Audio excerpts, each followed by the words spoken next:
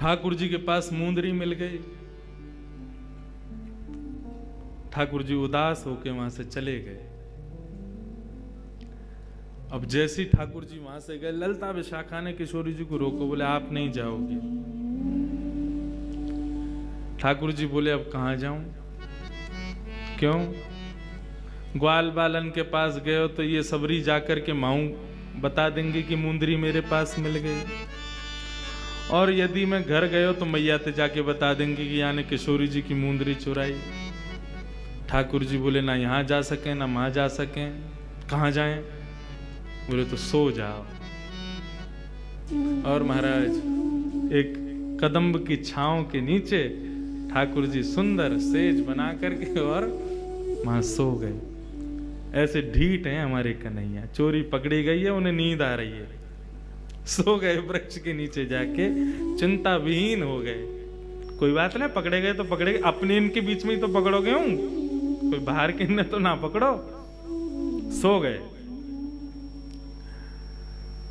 अब तो महाराज ललिता विशाखा समस्त सखियों को किशोरी जी डांट रही हैं, बोले तुमको शर्म नहीं आती है, और वो श्याम सुंदर को इतना श्रम करा दियो, ऐसी ऐसी बात उनसे कह दी तुमने, बेचारे रूठ के यहाँ से चले गए, चलो उनको मनावे चलो। सहचरी बोली तो किशोरी जी ने केवल भ्रगुटी टेढ़ी की, बोले समझ नहीं आ रही है बात, चलो। श्याम सुंदर को श्रम कैसे भयो? वे श्रम में रहेंगे तब तक मेरा हृदय विचलित रहेगा, चलो प्रणाम करवे चलो, क्षमा मांग के आएंगे। सब सहचरीन को संग लेकर के किशोरी जी जैसे निकसी, वो तो नंद भवन को जा रहे हैं, इतने में बीच में कदम्ब के वृक्ष के नीचे देखो, अरे ये तो यहीं पौड़े हुए हैं। ललिता विशाखा आदि सबन के संग में गई, देखो तो श्याम सुंदर सोए। आहा कैसी सुंदर छवि ठाकुर जी की। ऐसा सुंदर श्रृंगार करके यशोदा मैया भेजा कन्हैया को, ऐसी सुंदर छवि, ऐसे सुंदर नेत्र, ऐसे सुंदर कपोल, ठाकुर जी के सर्वांगीण अंगों को दर्शन किशोरी जी कर रही हैं खड़े खड़े, इतने सुंदर इतने प्यारे लग रहे हैं ठाकुर जी। इतने में ललिता विशाखा को सूझा ऊधम, बोली सुनो, सो रहे हैं, खर्राटे और ले रहे हैं धीरे धीरे, बहुत थक रहे हैं, श्रम है क्या? बोले कहा करनो? बोले कि अब एक काम करो, धीरे धीरे करके इनके सब सामान चोरी कर लो, जितनी सामग्री इनने पहन रखी सब उतार लो। ठाकुर किशोरी जी बोले अरे नहीं नहीं ऐसे मत करो, देखो किशोरी जी आनंद करन दो, सुख मिलेगा आपको ही, ले चलो सबन ने, फिर आवेंगे रोते रामते आवेंगे मांगवे के काजे, तब आनंद आवेगो। सोते भय श्याम सुंदर की महाराज गलेन से हार उतार लिए, हाथन के कड़ूला उतार लिए, पैरन की पाजेब उतार ली, क्षुद्र घंटे का, छोटी छोटी घंटी लगी है ठाकुर जी की कमर पे, क्षुद्र घंटे का। अच्छा पता आपको श्याम सुंदर कोंदनी ऐसी साधारण कोंदनी नहीं पहनते हैं, कैसी कोंदनी पहनते हैं? क्षुद्र घंटे का, छोटी छोटी घंटी लगी है उसमें कोंदनी में। क्यों? ये बचपन से ही ठाकुर जी पहने। जब ठाकुर जी थोड़ा थोड़ा चलवो सीखे तो यशोदा मैया जब यमुना जल भरवे जावे तो ठाकुर जी पल्लू पकड़ लें और मैं हूं चलूंगा संग में। अभी नेक नेक चलना सीखे तो यशोदा मैया बोले चल आला, मैं तो मटका पकड़ूंगी, तेरा हाथ पकड़ ना पाऊंगी, ले तू मेरी चुनरी पकड़ ले। सो ठाकुर जी चुनरी पकड़ करके मुंह में उंगली दबाए, चारों तरफ देखते चले और मैया के पीछे पीछे जामे। लेकिन जैसी कोई गोपी देखे कन्हैया जा रहे हैं सो हाथ में माखन लेके आवे, लाला आजा आजा माखन खावे को, सोई वो तो मन मैया की चुनरी छोड़े वह गोपी के पास चले जाए और माँ बैठ के बढ़िया प्रेम से माखन खावे। मैया ने एक दूर चली जाए, ने एक दूर, लाला कैसो, लाला कहाँ गयो? अरे मेरो लाला कहाँ गयो? वह ढूंढे सब जगह खोजे, कन्हैया कहीं ना मिले। मैया दौड़ती भैया आवे, सबन पूछा अरे मेरो लाला देखो, मेरो कन्हैया देखो। इतने में कहा पावे एक गोपी की गोद में बैठ के वो तो माखन खा रहा है। मैया बोली लाला तो रोज कभी कहीं भग जाए कभी कहीं भग जाए, कहा करें। सो आज मैया लाला की कोंदनी उतार के और सुनार के पास लेके गई और बोली या में एक काम कर, सोने की छोटी छोटी घंटी लगा दे। क्यों? बोले जब कबू मेरो लाला या पहन के चलेगो तो घंटी की आवाज आती रहेगी, मुझको पतो लगती रहेगी कि मेरो लाला कहाँ जा रहा है। आज ठाकुर जी को जन्मोत्सव, ऐसी कथा आवे ठाकुर जी के जन्मोत्सव पे ठाकुर जी जातना 3 वर्ष के भय, यशोदा मैया ने लाला को सवेरे सवेरे कौंधनी पहना दी। और कौंधनी जैसी ठाकुर जी ने पहनी तो यशोदा मैया के सिर पर दोनों हाथ धर के ठाकुर जी अपनी कमर को मटका में व क्षुद्र घंटिका के स्वर पर ठाकुर जी नृत्य करें, सबरे गोकुल वासिन को आनंद दे में। तो ऐसी ठाकुर जी की क्षुद्र घंटिका की कौंधनी वो उतार ली, सबरो श्रृंगार उतार करके, और अंत में वंशी भी ठाकुर जी की धर ली और सबरी पोटली बांध करके सभी सखी किशोरी जी संग लेके चली गई।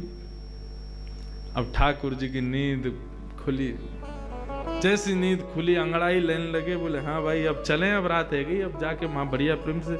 जैसे ही ठाकुर जी उठे, चलनो फिरनो शुरू कियो तो जितनी आवाज ठाकुर जी के चलवे में आवे, पाजे बन की, क्षुद्र घंटिका की, कछु ना आ रही है। ठाकुर जी ने जैसे नीचे देखो तो वस्त्रन ने छोड़ के तो सब हरण है गयो। कौंधनी चली गई, गले की माला चली गई, पैरन की पाजेब चली गई, कड़ूला चले गए, बाजूबंद चले गए, सब ले गए। ठाकुर जी बोले ये एक को ही काम है सके, ये वही जरूर विशाखा ललिता ने ये किया होगा। ठाकुर जी पहुंच गए और चेहरे पर ऐसा आंखें लाल पड़ रही हैं क्रोध के कारण ठाकुर जी की, और गए विशाखा से जाके बोले दे दे। विशाखा बोली मुंह पे ना है। कहाँ ना है? बोले वही ना है जो तुम मांग रहे हो। ठाकुर जी बोले मुझे सब पता हो तेरे पास है, तू दे दे। बोले जब हमने प्रेम से मांगी तुमने दई, तो तेने कोई कसर भी ना छोड़ी किशोरी के सामने, जो मेरी तेने भद्रा उतारी का है वो हमें कोई कसर भी ना छोड़ी है तेने। अब दे दे प्रेम ते, देख मैया बहुत मारेगी मुंह। तेने वो सोने की क्षुद्र घंटिका तक निकाल ली मेरी। अरे मैंने तो केवल एक मुंदरी उतारी, तेने पूरा श्रृंगार ही उतार लियो मेरो। चल ला वापस दे। बोले यदि तुम नंद के लाला हो और यशोदा के छलिया हो, और तुम में यदि तुम बहुत अपने आप को बहुत बड़ा कुछ मानो, कुछ समझो, तो लेके दिखाओ। ठाकुर जी बोले ये तो चैलेंज दे दियो यानी। ठाकुर जी बोले तो फिर ठीक है, हम नंद के लाला नहीं, हम यशोदा के लाला नहीं, हम नंदगाम के छोरा नहीं, यदि हमने तुम्हारे हाथन से अपनो सारो श्रृंगार लियो नहीं तो आएंगे लौट के, बदला तो लेंगे। विशाखा बोली हाँ देख लेंगे, आ जाइयो। अब जैसे ही महाराज ठाकुर जी गए और ठाकुर जी ने जाकर के अपनो सखी वेश धारण कियो, स्वयं को सखी बनायो, अपनी धोती बगलबंदी सब उतार करके सुंदर साड़ी पहनी, और जो भी सखी पहने वो सब पहनो, मांग में सिंदूर भर के, सुंदर चुनरी सी लगा के, मुंह में दबा करके, बिल्कुल सखी रूप भेष धारण करके, बिल्कुल कटीले नेत्र तो ठाकुर जी के ही श्रृंगार ऐसा सुंदर कियो। हे कृष्ण लला तुम होते लली तो गरे कट जाते करोड़न के। लाला है तो कोई कमी छोड़े ना, लाली बन जाएंगे तो काल करेंगे, और लाली बन गए ठाकुर जी। और लाली बनकर के यमुना के किनारे बैठ कर के और ऐसा भाव धारण कियो, ऐसा भाव धारण कियो, जोर जोर से रोमे, आंखन से आंसू बहमे, कभी यहां गिरे कभी पल्लंग को गिरे, ऐसे गिरते पड़ते महाराज ऐसी दयनीय स्थिति बना ली अपनी। रोते रामते पहुंच गए सबरी सखीन के पास। ललिता विशाखा बोली अरे अरे बहन, अरे इतनी गिरती पड़ती आ रही, अरे बहन कौन है बहन, जाके संभालो। ठाकुर जी बोले मैं कृष्ण विरहिणी हूं, कृष्ण विरह में व्याप्त हूं, जब तक कन्हैया को दर्शन ना होगो मेरो मन ऐसे विचलित रहेगो। मुझको श्याम सुंदर के दर्शन कराओ, अरे कोई नंद नंदन के दर्शन कराओ, अरे कोई भाई यशोदा नंदन के दर्शन कराओ, यदि मुझको दर्शन नहीं भयो तो आज ही प्राण निकल जाएंगे। ऐसे रो में ललिता विशाखा के कंधा पे सिर धर धर के रो में ठाकुर जी। अरे बा छलिया के चक्कर में काहे को पड़ गई तू, वो तो ऐसा है वैसा हो, बाकी बुराई, मैं बुराई ना सुन सकूं, मोते मत करो नहीं तो मेरे प्राण निकल जाएंगे। मुझको श्याम सुंदर के दर्शन कराओ, अरे कोई तो ले आओ मेरे सामने। कृष्ण नाम जबते श्रवण सुनो रियाली भूरी री भवन में तो बावरी भई रे।